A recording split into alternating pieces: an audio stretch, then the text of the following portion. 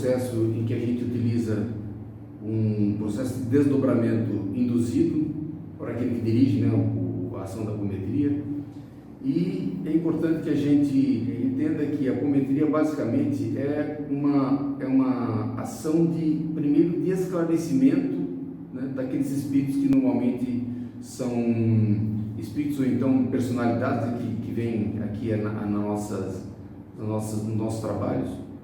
A atitude acima de tudo, de esclarecimento dessas entidades, tanto entidades, pode ser até uma entidade obsessora, como também as personalidades, todo esse conhecimento é baseado em alguns pressupostos de conjuntos, né, de princípios, né, que servem como base, acima de tudo, para o sistema da apometria. Nós temos, obviamente, todos esses princípios baseados na codificação de Kardec. Durante todo o curso de apometria, a gente fala principalmente, né, em todos os princípios básicos, né, da codificação. Temos também, acima de tudo, um trabalho de doutrinação, que hoje a gente prefere chamar, na verdade, de esclarecimento, para que a gente possa trabalhar tanto as personalidades, né, que são sintonizadas, como também os obsessores que são também eventualmente incorporados, para que a gente possa trabalhar, acima de tudo, com uma abordagem voltada para o psiquismo dessas entidades, tanto das personalidades quanto também dos obsessores. Nós sabemos que tanto os obsessores, outros espíritos, né, que por alguma razão tivemos alguma coisa lá atrás conosco, assim como também as personalidades que nos antecederam, né, do nosso espírito, todas elas estão normalmente equivocados diante de ações e das mais diversas formas em que tanto sofreram, como também tanto foram prejudicados, como também prejudicaram, né, terceiros ao longo dessas vidas. Então, é importante a gente entender que a mudança, a transformação no psiquismo dessas entidades depende, acima de tudo, de uma capacidade nossa de, contando com a nossa instrução, com o ensino, com tudo aquilo que nós aprendemos e, acima de tudo, também trabalhamos ao longo desse processo de aprendizado, possamos ajudá-los para que entendam os equívocos que cometeram, as situações pelas quais passaram, e possam, na verdade, ter uma situação melhor de entendimento daquilo que são, do momento que vivem, as situações nas quais estão presas, aprisionadas nesse processo evolutivo. Sobre as qualidades, né, que um esclarecedor, que um doutrinador, na verdade, precisaria ter, antes de mais nada, seria uma formação doutrinária sólida, né? Isso, obviamente, tem como ponto essencial o estudo. Para isso, nós temos, inclusive, aqui na Casa Espírita, diversos cursos que antecedem, né, o início da apometria, exatamente para que toda a base da codificação possa estar inserida, né, e, acima de tudo, assimilada por as pessoas que pretendem trabalhar na área da apometria. A familiaridade com o Evangelho de Jesus, acima de tudo, os pressupostos vivenciados pelas ações de toda a codificação kardeciana também são fundamentais. A autoridade moral que cada um de nós precisamos, né, a cada dia que passa, tentarmos sermos um pouco melhores do que já fomos, né? E, acima de tudo, essa autoridade moral, ela se baseia em atitudes baseadas, obviamente, em todo esse conteúdo do Evangelho, sobre caridade, sobre atividades, normalmente nos ensina sobre como tratar os outros, como ser tratado, como tratar a si mesmo, né? Atitudes como perdão, auto-perdão e assim por diante. É importante também, obviamente, né, vamos lembrar da fé. A fé é um fator importante para que todo o nosso trabalho possa ser feito, assim, acima de tudo, com muito amor, e o amor, de uma forma geral, em todas as suas formas de manifestação também, é uma linha fundamental, né, para essa empreitada dentro da apometria. Assim, sobre as qualidades básicas, né, desejáveis, né, de um apômetra. Primeiro, né, baseado em todo esse trabalho, né, de estudo, cumplicidade com, assim, esse conteúdo, né, repassado pelo Evangelho e também pela codificação espírita, a gente imagina que a essa altura, para se ter um apômetro, a pessoa esteja trabalhado um pouco a sua paciência. É importante ser paciente, é importante que tenha sensibilidade para que consiga detectar, né, as nuances que envolvem, obviamente, um trabalho de esclarecimento, tato, né, energia também, na medida do necessário, ter vigilância, amor nas suas múltiplas formas de manifestação, obviamente, o desenvolvimento de humildade, porque sabemos muito pouco dentro de todo o conhecimento que esse trabalho envolve. Ter também destemor, prudência, ética, cumplicidade e união, né, dessas equipes que também trabalham esses conteúdos. Vamos falar agora um pouco sobre a egrégora que nós precisamos, né, para que o trabalho possa ser bem feito, com profundidade e, acima de tudo, com seriedade. A egrégora, né, é uma forma de pensamento criada por pensamentos e sentimentos que adquire vida e que é alimentada pelas mentalizações e energias psíquicas de todo o grupo que compõe, né, o trabalho a ser realizado assim na área. É uma entidade autônoma que se forma pela persistência e intensidade de correntes emocionais e mentais. Ou seja, é importante que haja afinidade num grupo que trabalha com a apometria, exatamente para que a construção dessa egrégora possa ser estimulada, né, pela corrente de pensamentos, emoções, amor e sentimentos envolvidos. Pensamentos e sentimentos fracos criam egrégoras mal definidas e de pouca vida ou duração. Porém, pensamentos e sentimentos fortes criam egrégoras poderosíssimas e de longa duração. Existem egrégoras positivos que protegem, atraem boas energias e afastam cargas negativas, e egrégoras negativos que fortalecem o mal, canalizam forças negativas e repelem forças positivas. A egrégora pode ser coletiva ou pessoal. Agora, preparando-se então para o trabalho, sendo a energia manipulada com amor, a que verdadeiramente permite atingir os objetivos traçados, requer por si só muito mais do que hábeis mãos aptas a manipularem, mas sim mãos, ou melhor, mentes preparadas, devidamente polidas, tendo a harmonia, a fé, a vontade e o amor como condições de base necessárias para o trabalho. Com isso, requer daqueles que trabalham com as técnicas da apometria observar no todo, de forma desejável, as seguintes aplicações e recomendações. Primeiro, quanto aos hábitos de alimentação: abster-se totalmente de drogas, fumo, bebidas alcoólicas, abster-se na medida do possível do consumo de carnes, pelo menos no dia dos trabalhos, buscar alimentar-se também de forma mais natural e sadia possível, eliminar comportamentos ou hábitos de natureza expansiva e desregrada em relação ao sexo. Quanto a hábitos de comportamento, seriam desejáveis, né? Então, que as condições acima são necessárias para permitir que a energia possa fluir com mais naturalidade e com a força necessária. Além dessas, deve também ter os seguintes pontos em mente. Primeiro, praticar as virtudes, principalmente o perdão, buscar leituras edificantes, a oração, o Evangelho de Jesus, desenvolver e ampliar os conhecimentos sobre a espiritualidade e a apometria, desenvolver e ampliar a fé, a caridade, o amor ao próximo, constituindo essas práticas como ferramentas de apoio aos trabalhos de apometria. Também situações que restringem ou bloqueiam o trabalho apométrico, mágoas, ressentimentos, falta de indulgência, de perdão, de fé ou de amor, falta de caridade para com o próximo ou outros semelhantes, são atitudes que causam mácula e constituem-se como verdadeiros bloqueios para o trabalho de apometria. O médium, como intermediário da energia, ou o doutrinador como fonte inicial de inspiração e de direcionamento de energia, não canaliza ou emana com toda a amplitude necessária quando não está devidamente preparado. Com isso, pode-se obter com facilidade técnicas mais simples que não requeram energia ou concentração, como conduzir um espírito ao passado recente, mas poderá não obter o êxito com técnicas em que se requeram uma maior concentração de energia. Quanto ao trabalho que devemos ter, né, antes propriamente do trabalho a ser realizado. Na espiritualidade, tudo é organizado e planejado com antecedência, mesmo que possamos não nos dar conta disso.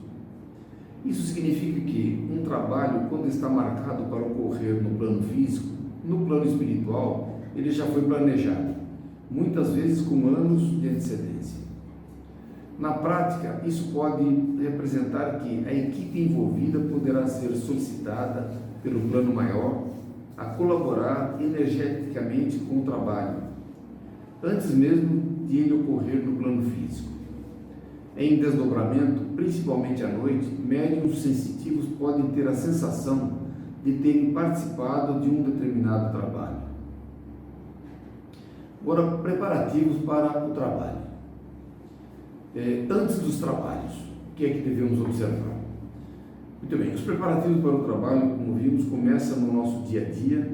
Contudo, a observância a algumas recomendações facilita o trabalho da equipe. Entre elas estão principalmente os seguintes cuidados: cuidado com o cabelo, preferencialmente estarem presos, as roupas condizentes com o trabalho a ser desenvolvido, evitar bebidas alcoólicas, cigarro, perfumes, etc., o asseio corporal básico, entre outros que o bom senso de cada um evidenciar. A casa poderá, e assim se recomenda, imprimir um conjunto de observações que devem ser seguidas. O horário é outro fator também importante a ser observado. Em qualquer trabalho espiritualista, o início e o final dos trabalhos é fundamental, né, ter disciplina para que os trabalhos possam ser desenvolvidos, porque a equipe espiritual estará sempre preparada nos horários recomendados para que a gente possa ter o apoio necessário. Na sala dos trabalhos, recomenda-se a concentração e o silêncio, desligar-se, obviamente, de problemas cotidianos, pautas e agendas devem estar sob crivo e, acima de tudo, estar sempre com um pensamento elevado. Outro item também, o que pode ocorrer antes mesmo dos trabalhos iniciarem. Por experiência de diversos grupos relatados em inúmeros casos, sabe-se que nossos irmãos obsessores, magos, negros e outros, já sabedores da realização de um trabalho em que estão envolvidos, podem tentar interferir na realização do mesmo. Entre diversas situações que podem ocorrer, citamos as mais frequentes, como os trabalhadores sentem dores de cabeça, cansaço, que o desanimam de ir para o trabalho. Surge de forma inesperada alguma situação como uma visita ou outro compromisso que os impede de irem para o trabalho. Atrasos como o transporte ou outros que surgem, acreditando-se que não será possível trabalhar naquele dia. Para todas as situações acima e outras são relacionadas, a recomendação é a mesma. Primeiro, para todos os casos devemos manter nosso padrão elevado, tendo a oração e o Evangelho como ferramentas indispensáveis. Segundo, o compromisso com o trabalho deve merecer a mesma atenção que qualquer outro compromisso que damos importância, principalmente porque ele está relacionado com o nosso crescimento espiritual. Terceiro, sabendo-se das possíveis ocorrências acima, mais do que devemos ir para o trabalho e prepararmos com a devida atenção. Outro item, o que pode ocorrer nos instantes do início do trabalho. Irmãos que ainda estão operando nas sombras, mas que tenham conhecimento, podem utilizar de recursos como criação de campos de força ou de outros processos ardilosos com o intuito de atrapalhar os trabalhos, como dores de cabeça, visões, cansaço ou outros expedientes podem ser utilizados. Com paciência, amor, prece, os trabalhadores devem elevar os seus pensamentos, já sabedores de que, na prática, os trabalhos se iniciam. O dirigente do trabalho ou da mesa deve ser alertado. Pode-se iniciar desde já os trabalhos ou adotar medidas de proteção com o intuito de barrar tais ocorrências, até que, com a abertura dos trabalhos, sejam dados a devida atenção, tratamento e encaminhamento.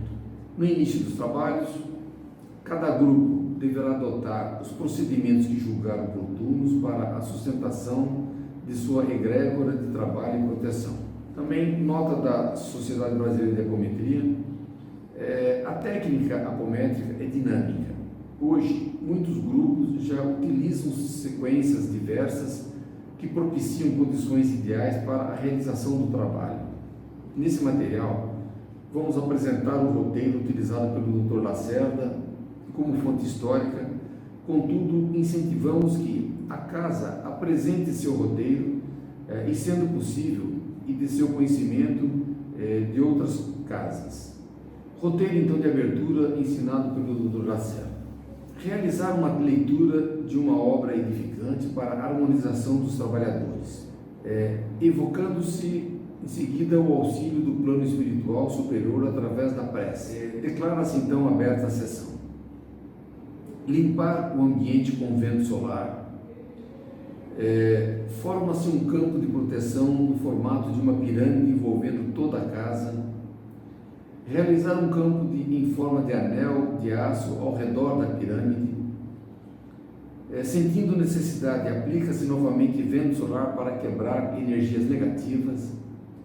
Projeta-se energia em todo o ambiente, mentalizando na espiritualidade superior, para que todo o material grosseiro, vibrando em nível etérico de forma negativa, seja sugado para o magma da Terra.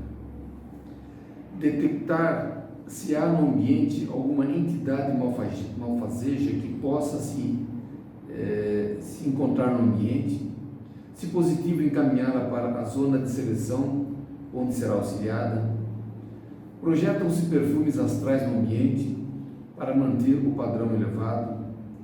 Projeta-se uma tela metálica magnetizada na base da casa, em nível do alicerce, para isolar a construção de emanações deletérias negativas. Nota da Sociedade Brasileira também da Apometria: um dos procedimentos que diversos grupos adotam hoje é a abertura da frequência do hospital espiritual que dará guarida à casa nos tratamentos. Além disso, na abertura é comum também desdobrar os trabalhadores e encaminhá-los aos hospitais, onde poderão auxiliar, por isto, a recomendação que, nesse tópico, a casa transmita sua experiência e sequência da abertura dos trabalhos. No encerramento dos trabalhos, Dr. Lacerda não chegou a dizer em suas obras um roteiro para encerramento dos trabalhos. No entanto, a Sociedade Brasileira de Apometria sugere um roteiro mínimo descrito abaixo. Cada casa, entretanto, é livre para adotar os procedimentos de encerramento que considerar adequados. Primeiro, elevar novamente os pensamentos, voltando-se à espiritualidade maior. Segundo, desligar todos os trabalhadores da frequência de tudo o que foi tratado. Terceiro, despolarizar da memória o que foi tratado e realizado no trabalho. Quarto, ajustar a frequência vibratória dos trabalhadores, normalizando segundo as necessidades de cada um. Quinto, projetar vento solar para não deixar no ambiente nenhum resíduo de material ou energia negativo dos trabalhos realizados. E sexto, a prece de agradecimento. Também a nota da Sociedade Brasileira de Apometria: nas casas onde, por exemplo, abre-se a frequência do hospital, no encerramento é comum fechar a frequência. Novamente advertimos as casas que nesse momento do curso apresente sua sequência de trabalho.